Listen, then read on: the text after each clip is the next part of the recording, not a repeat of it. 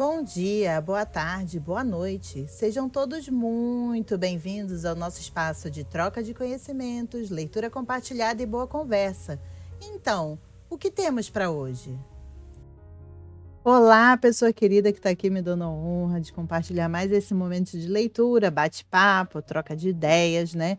Temos para hoje o nosso querido livro Uma Breve História da Filosofia. Faz tempo que a gente não lança um vídeo, né? Contando, lendo juntos mais um capítulo do autor Nigel Warburton, esse livro que traz pequenas pérolas de filosofia. Eu botei um lencinho porque eu gravei o outro vídeo e o cabelo tá todo lá, né? Porque as cachorros não deixam meu cabelo em paz, mas enfim, esse livro, cada capítulo é sobre uma ideia de um filósofo, de um autor.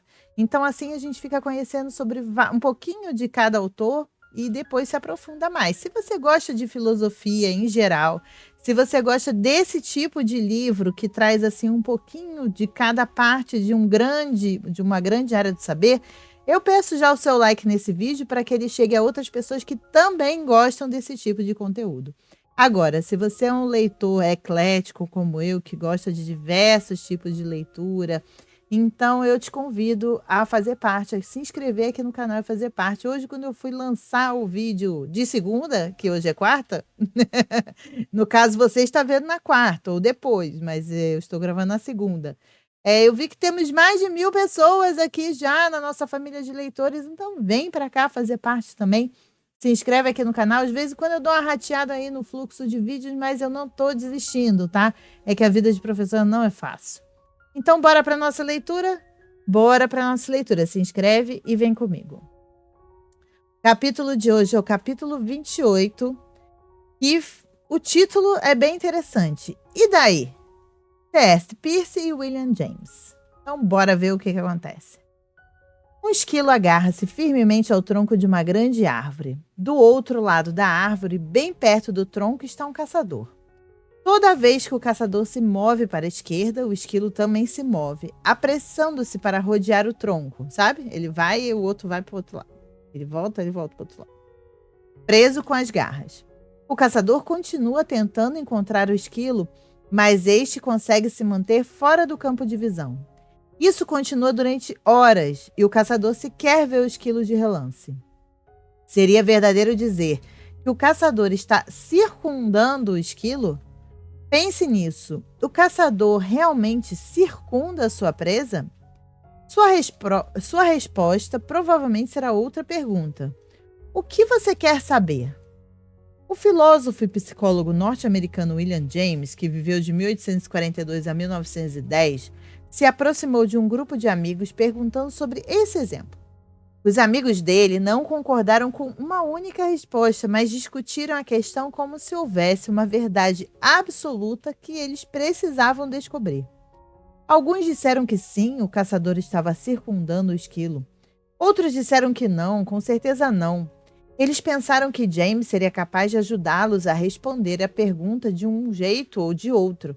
Sua resposta foi baseada na filosofia pragmática.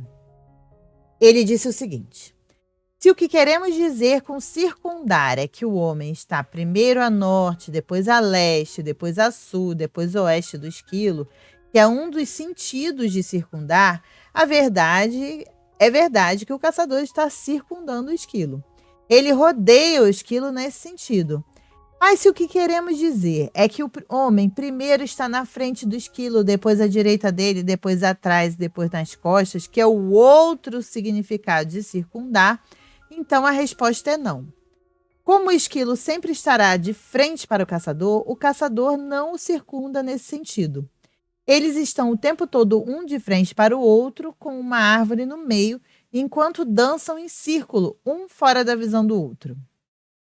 O objetivo desse exemplo é mostrar que o pragmatismo preocupa-se com as consequências práticas, o valor prático do pensamento.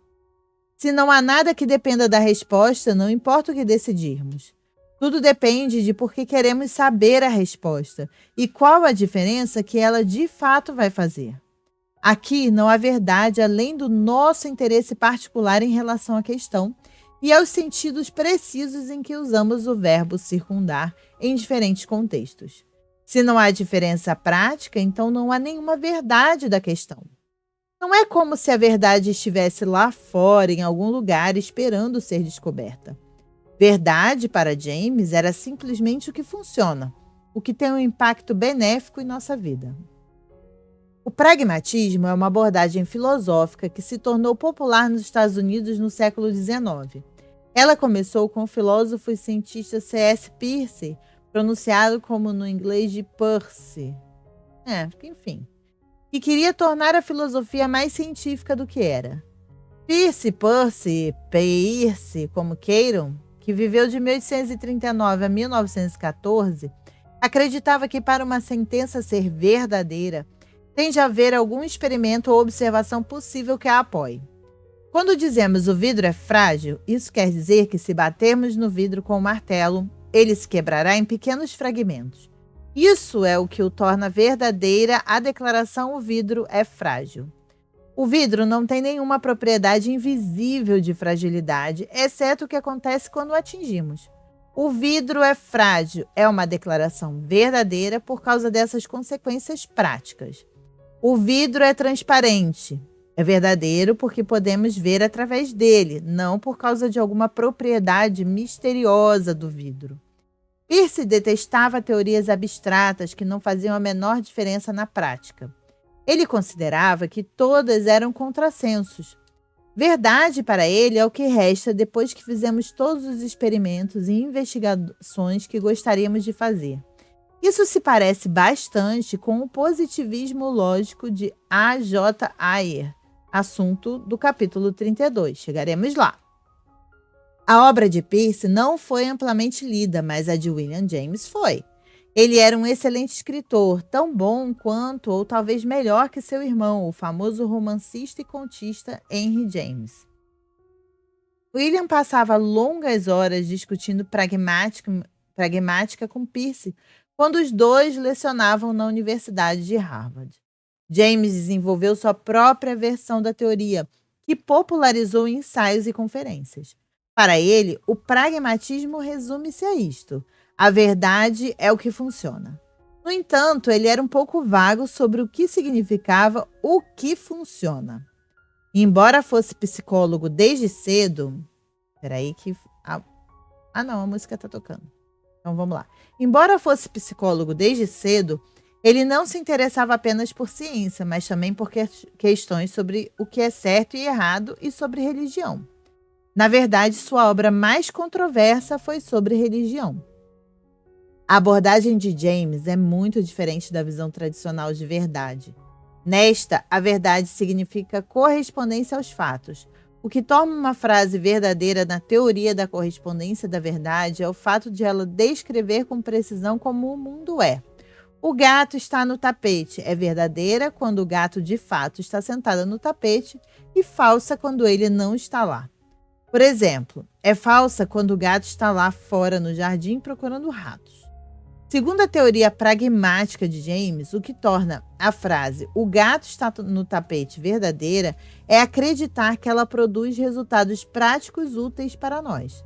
Ela funciona para nós. Então, por exemplo, acreditar que o gato está no tapete nos dá o resultado de que sabemos que não podemos brincar com o nosso hamster de estimação no tapete até que o gato saia de lá.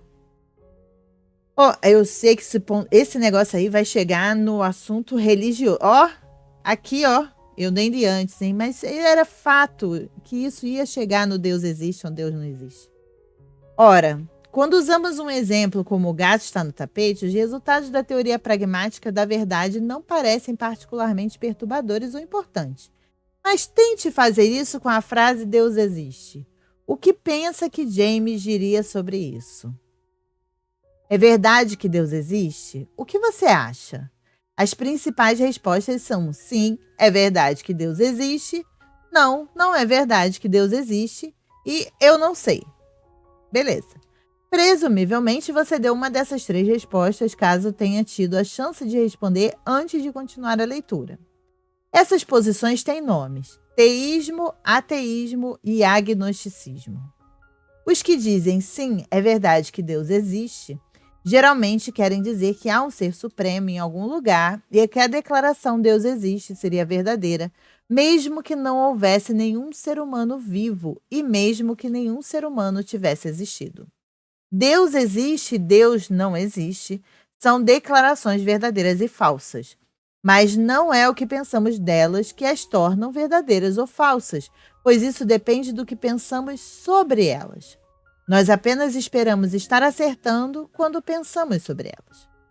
James fez uma análise bem diferente da frase Deus existe. Ele pensava que a declaração era verdadeira porque, segundo ele, era uma crença útil.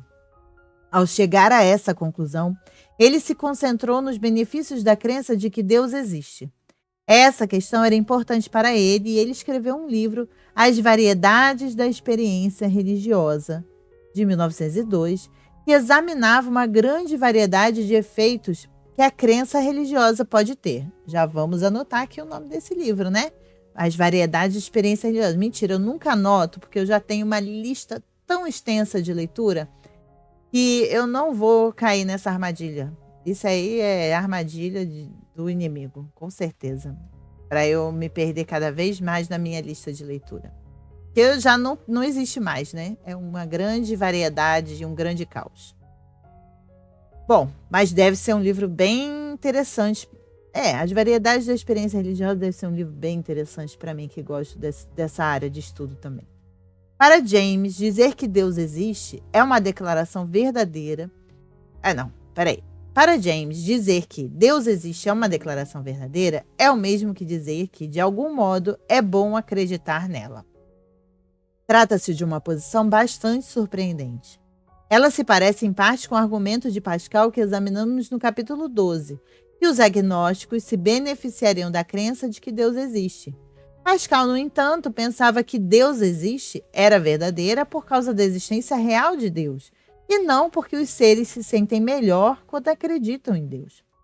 Sua aposta era apenas uma forma de fazer com que os agnósticos acreditassem no que pensava ser verdade. Para James, é o suposto fato de que a crença em Deus funciona satisfatoriamente que torna a declaração Deus existe verdadeira. Para esclarecer essa questão, tomemos a frase Papai Noel existe. Ela é verdadeira? Um homem gordo, bem-humorado, de rosto corado, desce pela chaminé toda a véspera de Natal com um saco de presentes? Não leia o restante do parágrafo se você acredita que isso realmente acontece. Suponho, contudo, que você não acredite que o Papai Noel exista, ainda que pense que seria interessante se existisse. O filósofo inglês Bertrand Russell, ver o capítulo 31, chegaremos nele também, ridicularizou a teoria pragmática da verdade de William James, dizendo que, segundo a teoria, James tinha de acreditar que Papai Noel existe era uma frase verdadeira. Sua razão para dizer isso era que James acreditava que tudo que torna uma frase verdadeira é o efeito que a crença na verdade dessa frase exerce sobre quem nela acredita. E, ao menos para a maioria das crianças, acreditar em Papai Noel é fantástico. Essa crença torna o Natal um dia muito especial para elas, faz com que se comportem bem e tenham foco nos dias que antecedem o Natal. Funciona para elas. Portanto, como acreditar no Papai Noel funciona de alguma maneira, parece que a crença torna verdadeira a frase Papai Noel existe, segundo a teoria de James. O problema é que existe uma diferença entre o que seria legal se fosse verdadeiro e o que de fato é verdadeiro. James poderia ter destacado que, embora acreditar em Papai Noel funcione para as crianças, não funciona para todo mundo. Se os pais acreditassem que o Papai Noel entregaria presentes na véspera de Natal, eles não comprariam presentes para os filhos. Bastaria esperar até a manhã de Natal para perceber que algo não estava funcionando com a crença Papai Noel existe. Isso significa que para as crianças é verdade que Papai Noel existe, mas é mentira para os adultos? E isso não torna a verdade subjetiva uma questão de como nos sentimos em relação às coisas, em vez de como o mundo é? Pensemos um outro exemplo. Como sei que as outras pessoas realmente têm em mente. Têm mentes. Nossa. Sei pela minha experiência que não sou simplesmente uma espécie de zumbi sem vida interior. Tenho meus pensamentos, minhas intenções, etc. Mas como posso saber se as pessoas ao meu redor realmente têm pensamentos? Algumas não têm, não, gente. Esquece. Algumas simplesmente não têm. Talvez elas não sejam conscientes. Seriam elas apenas zumbis agindo de modo automático? Zumbis sem mente própria? Sim, algumas delas provavelmente são. Não, mentira, mas parece. Este é o problema das outras mentes sobre o qual filósofos se debruçaram durante muito tempo.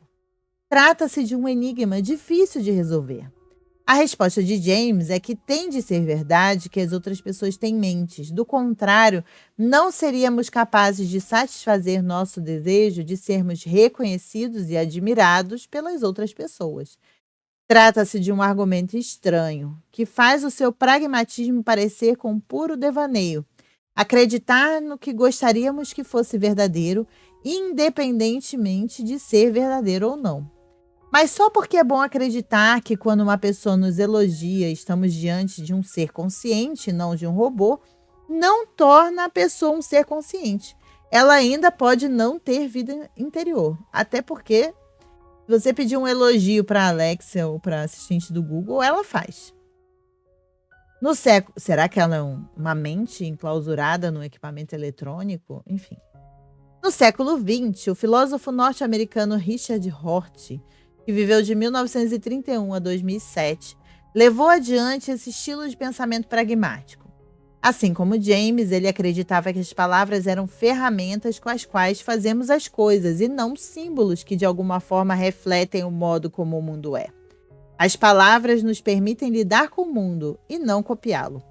Ele disse que a verdade é o que os seus contemporâneos engolem e que nenhum período da história entende a realidade melhor do que qualquer outro. Quando as pessoas descrevem o mundo, acreditava ele, elas são como críticos literários interpretando uma peça de Shakespeare. Não há uma única maneira correta de lê-la e com a qual todos devemos concordar. Diferentes pessoas de diferentes épocas interpretam o texto de maneira diferente. Rorty simplesmente rejeitava a ideia de que uma visão fosse correta para todas as épocas, ou pelo menos que minha interpretação funcione. Ele presumivelmente acreditava que não havia interpretação correta disso, no mesmo sentido que não há resposta certa para a questão do caçador que circunda ou não o esquilo que se move agarrado na árvore. Se há ou não há uma interpretação correta dos escritos de Friedrich Nietzsche, também é uma questão interessante. E eu aposto que a próxima página já é o próximo capítulo. Aê! Então é isso. Hoje ficamos aí com a filosofia pragmática para a gente ficar aí bem de cabelos em pé e pensando, afinal, Papai Noel existe? A gente vai ficando por aqui. Aqui em cima tem uma playlist, ó, com todos os capítulos que a gente já leu até esse momento que você está vendo este vídeo, seja no momento em que ele sai ou muitos anos depois, tá bom? E também no canal tem outras playlists de livros completos, dá uma olhadinha lá. Enfim, a gente vai ficando por aqui. Muito obrigada pela sua companhia. Cuide-se bem, fique bem, paz e luz. Um beijo e tchau. Tchau, tchau, tchau, tchau. Papai Noel existe, afinal? Existe Papai Noel? Existe. O marido falou que existe, então existe. Ele sempre tem razão.